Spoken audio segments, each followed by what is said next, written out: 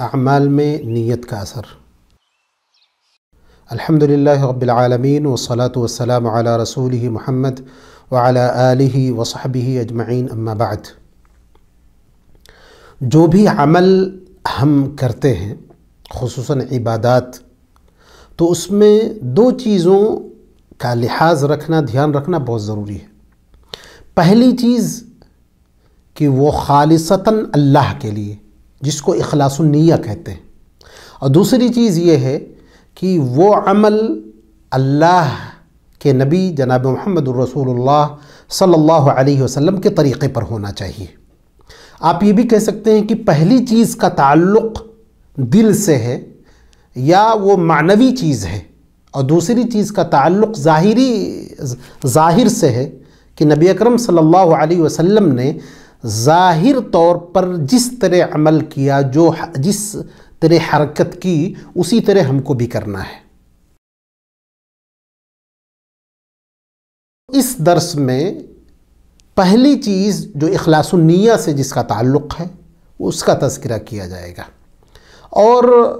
یہ اتنی اہم چیز ہے کہ اللہ رب العزت والجلال نے انبیاء کو بھی اس کا حکم دیا ہے، وَمَا أُمِرُوا إِلَّا لِيَعْبُدُوا اللَّهَ مُخْلِصِينَ لَهُ الدِّينَ، کہ انبیاء کو بھی حکم دیا گیا کہ اللہ کے لیے وہ نیتوں کو خالص کر دیں اور دین خالص پر عمل کریں۔ اور اسی طرح قرآن کریم میں جو سورۃ الملک کے شروع میں ہے کہ اللہ رب العزت نے موت و حیات کو پیدا کیا ہے لِيَبْلُوَكُمْ أَيُّكُمْ أَحْسَنُ عَمَلًا، تاکہ اندازے اس بات کا امتحان لے کہ تم میں بہتر عمل کرنے والا کون ہے، اور بہتر عمل وہ ہے جس میں اخلاص ہو اور نبی اکرم صلی اللہ علیہ وسلم کے طریقے پر ہو۔ اور اس سلسلے میں مشہور روایت جس کو نیت کی روایت کہا جاتا ہے، اور امام بخاری رحمہ اللہ نے وہ روایت سب سے پہلے ذکر کی ہے، حضرت عمر ابن الخطاب رضی اللہ عنہ کی روایت، انما الاعمال بالنیات وانما لكل امرئ ما نوى فمن كانت هجرته الى الله ورسوله فهجرته الى الله ورسوله ومن كانت هجرته لدنيا يصيبها او امرأة ينكحها فهجرته الى ما هاجر اليه۔ یہ بخاری اور مسلم کی روایت ہے کہ اللہ کے نبی جناب محمد الرسول اللہ صلی اللہ علیہ وسلم نے فرمایا کہ اعمال کا دار و مدار نیتوں پر ہے۔ آپ یہ کہہ سکتے ہیں کہ اعمال کی بنیاد ہی نیت ہے، اور یہاں حدیث میں جو اعمال ہے الاعمال کہا گیا، یعنی مخصوص اعمال، اور وہ مخصوص اعمال ہیں نیک اعمال۔ یعنی نیت کا اچھا برا ہونا، یہ اس کا اعتبار اس وقت ہوگا جب آپ کے اعمال اچھے ہیں، اور اعمال پہلے سے اگر خراب ہیں تو اس میں نیت کی اچھائی اور برائی کا کوئی مطلب نہیں ہوتا، وہ اعمال پہلے سے مردود ہیں اگر غلط عمل ہے تو۔ مثال کے طور پر کوئی شخص چوری کرے اور یہ کہے کہ چوری کرنے کے بعد ہم اس کو فقراء اور مساکین میں تقسیم کریں گے، تو وہ مجرم آدمی ہے، وہ گناہ گار ہے، کیونکہ وہ چوری کر رہا ہے، غلط کام کر رہا ہے، گرچہ نیت کتنی بھی اچھی کر رہا ہے۔ تو پہلی بات عمل اچھا ہونا چاہیے، اس کے بعد آتا ہے کہ اس کی بنیاد کیا ہے، اس کی قبولیت کے لیے شرط کیا ہے، نیت درست ہو۔ نیت درست ہونے کے لیے پہلی بات یہ، اگر عبادات ہیں تو اس میں پہلی بات کہ کون سی عبادت کرنے جا رہے ہیں اس کی نیت ہونی چاہیے، اور دوسری بات یہ عبادت کس کے لیے کرنے جا رہے ہیں۔ تو ان دونوں چیزوں کی اگر نیت ہوگی تو نیت خالص بن جائے گی۔ عمومی طور پر عادتاً ایسا ہوتا ہے کہ جیسے نماز کی اقامت ہو چکی ہے، لوگ نماز پڑھ رہے ہیں، ہم گئے اور ظہر کی نماز مثلاً ہو رہی ہے تو نیت کر کے کھڑے ہو گئے، ابھی اس میں اخلاص نہیں پیدا ہوا، اس میں ایک نیت اور کرنی ہے کہ یہ عبادت کے لیے جو میں جا رہا ہوں اس کے پیچھے سبب کیا ہے، کون سی چیز ہے جو مجھے ابھار رہی ہے کہ میں نماز پڑھوں ظہر کی۔ تو یہ چیز جب پختہ ہو جائے گی تو وہ اخلاص بن جائے گی۔ تو عبادت میں یہ چیز کا دھیان ہمیں رکھنا ہے۔ تو نبی صلی اللہ علیہ وسلم نے فرمایا انما الاعمال بالنیات، اچھے عمل کی بنیاد یا دار و مدار نیتوں پر ہے۔ اگر اچھی نیت ہوئی تو ثواب ہے، بری نیت ہوئی تو اللہ رب العزت والجلال اس اچھے عمل کو بھی کرنے والے کے منہ پہ مار دے گا۔ پھر آگے تفصیل ہے، فمن كانت ہجرتہ، جس کی ہجرت، پہلے زمانے میں ہجرت یہ بہت بڑی ہمت کی بات ہوتی تھی، انسان اپنا گھر، جائیداد، مال و دولت، کبھی کبھی اہل و عیال کو بھی چھوڑنا پڑتا تھا، تو یہ بڑے جگر کی بات تھی کہ کوئی آدمی ہجرت کرے۔ اتنا بڑا کام، اتنی بہادری کا کام، اگر اس میں اخلاص نہیں تو وہ بھی اللہ کے یہاں قابل قبول نہیں ہے۔ فمن كانت ہجرتہ الی اللہ ورسولہ، اللہ کے لیے رسول کے لیے ہجرت ہو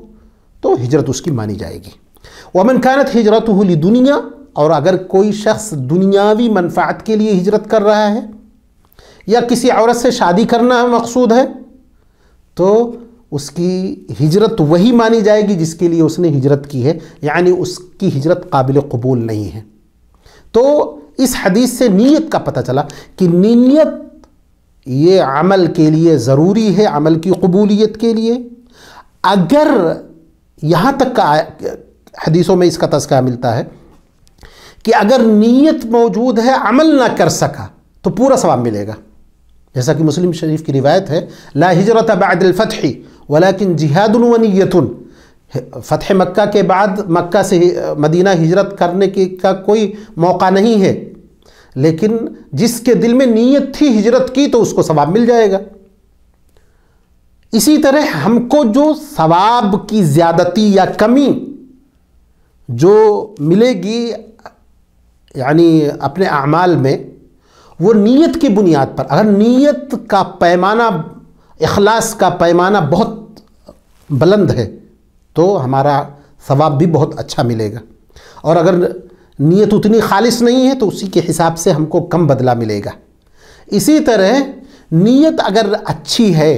تو چھوٹا کام بھی بڑا ہو سکتا ہے۔ روایت میں آتا ہے آپ صلی اللہ علیہ وسلم نے فرمایا کہ بینما رجل یمشی فی الطریق، کہ ایک آدمی راستے میں چل رہا تھا، فوجد غصن شوک، تو ایک کانٹے دار ٹہنی اس کو ملی، فآخذہ، اس نے اس کو ہٹا دیا، فشکر اللہ لہ، تو اللہ رب العزت والجلال نے اس کے اس عمل کو بڑی پسندیدگی کی نظر سے دیکھا، قبول کر لیا، فغفر لہ، اور اللہ رب العزت والجلال نے اس کو معاف کر دیا، بخش دیا۔ بہت چھوٹا سا عمل، کانٹے دار کوئی چیز ہٹا تھا، تکلیف دہ چیز کو ہٹا دینا، بہت چھوٹا عمل ہے دیکھنے میں، لیکن اخلاص کی بنیاد پر وہ مغفرت کا ذریعہ بن گئی ہے۔ جب ہم نیت کی بات کرتے ہیں تو اس میں ہمیں ریا و نمود سے بہت دور رہنا چاہیے۔ آپ صلی اللہ علیہ وسلم نے فرمایا ان اخوف ما اخاف علیکم الشرک الاصغر الریا، کہ مجھے تمہارے سلسلے میں شرک اصغر یعنی ریاکاری سے بڑا خوف ہے، یعنی انسان کے دل میں ریاکاری اس طرح داخل ہو جائے گی کہ اس کا احساس بھی بعض دفعہ نہیں ہو سکتا ہے، اور بہت ہی مجاہدے کی ضرورت ہوتی ہے ایک انسان کو۔ اسی لیے سلف سے ملتا ہے، وہ کہتے ہیں کہ نیتوں کو خالص کرنے کے لیے ہم نے جتنی محنت کی ہے، کسی اور چیز میں ہم کو اتنی مشقت نہیں جھیلنی پڑی۔ اسی طرح کسی بھی عمل میں نیت کے لیے ضروری کہ پہلے بھی نیت ہو اور خالص نیت ہو، پوری عبادت میں وہ نیت برقرار رہے، اور عبادت کے بعد بھی اس کا اثر ہمارے اوپر رہنا چاہیے۔ اس میں ایک چیز یہ کہ نیت خالص ہے، اس کا پیمانہ کیا ہے؟ تو پہلی بات یہ ہے کہ دوسروں کی نیتوں کو ناپنے کا ہمارے پاس کوئی پیمانہ نہیں ہے، البتہ اپنی نیت کی خلوص کو اور اخلاص کو ہم ناپ سکتے ہیں، اس کا اندازہ لگا سکتے ہیں۔ پہلی چیز یہ کہ ہمارے قول اور فعل میں اور دل میں جو چیز موجود ہے، ان دونوں تینوں چیزوں میں فرق نہیں رہنا چاہیے۔ اسی طرح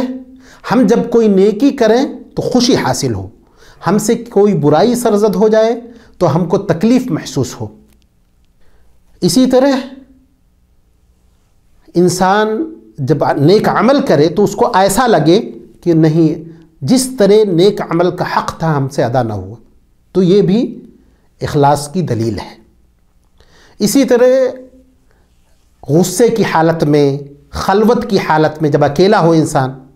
تو اگر اس کی خلوت و جلوت دونوں برابر ہے تو یہ اخلاص پر دلالت کرتا ہے۔ لیکن خلوت میں وہ سارے حدود کو پامال کر جائے اور جلوت میں جب لوگوں کے سامنے رہے تو اس کے اندر ایسا لوگوں کو باور کرائے کہ بڑا نیک آدمی ہے، تو یہ منافقت ہے اور ریاکاری کے زمرے میں آتا ہے۔ اسی طرح جب غصہ ہو تو سارے حدود کو پار کر جائے تو یہ بھی اخلاص کی کمی کا نتیجہ ہے۔ اسی طرح کوئی آدمی فقیر تھا، مالدار ہو جائے، جب تک فقر میں تھا بڑا اخلاص تھا اس کے اندر، مالدار ہونے کے بعد یکسر اس کا رویہ چینج ہو گیا، تو یہ اخلاص کی منافی چیز ہے۔ اخلاص کیسے ہمارے دل میں پیدا ہوگا؟ تو اس میں پہلی چیز یہ ہے کہ ہم یقین رکھیں کہ رب العزت والجلال ہمارے ہر حرکت کو، ہر عمل کو دیکھ رہا ہے۔ دوسری چیز، ایک دن ہم کو مرنا ہے اور اللہ کے حضور کھڑا ہونا ہے، اپنے ایک چیز کا حساب ہمیں دینا ہے، اس کا بھی ہمیں خیال رہے۔ نبی اکرم صلی اللہ علیہ وسلم کی سیرت کا بھی مطالعہ کرنا چاہیے کہ آپ صلی اللہ علیہ وسلم نے قدم قدم پر کیسے اخلاص کو اپنایا ہے، اور اسی طرح ہم زیادہ سے زیادہ اپنے لیے اخلاص کی دعا کریں اللہ رب العزت والجلال سے کہ اللہ ہمیں مخلص بنا دے اور ہمارے دل کے اندر اخلاص بھرپور پیدا کر دے۔ تو اس چیز کی ہم اگر دعا کرتے ہیں تو رب العزت والجلال اس کو سنے گا۔ اور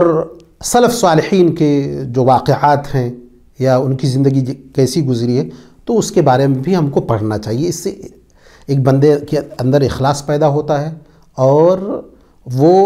ریاکاری سے دور رہتا ہے، ہر حالت میں رب العزت والجلال کا تصور اس کے یہاں موجود رہتا ہے کہ اللہ رب العزت والجلال دیکھ رہا ہے، وہ اس کے اوپر قدرت رکھتا ہے اور آخرت میں ہر پل کا، ہر چیز کا حساب لے گا۔ تو یہ چند چیزیں تھیں اس سلسلے میں۔